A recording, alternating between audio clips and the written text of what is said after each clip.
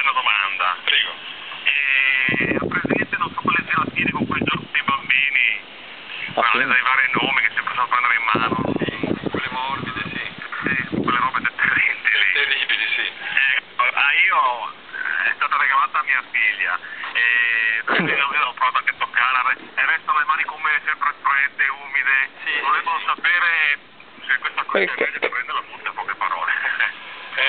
Io non sono un esperto, un tecnico, ma così istintivamente secondo me non fanno niente bene, soprattutto se rilasciano sulle mani qualcosa. Sì, una volta risposto nella scatola la mano resta come fredda, schiaccia E a noi è capitato tanti anni fa, quando le mie figlie erano piccole, una quindicina di anni fa, che una di queste sostanze, di questi giochi morbidi, è rimasto una notte sul divano.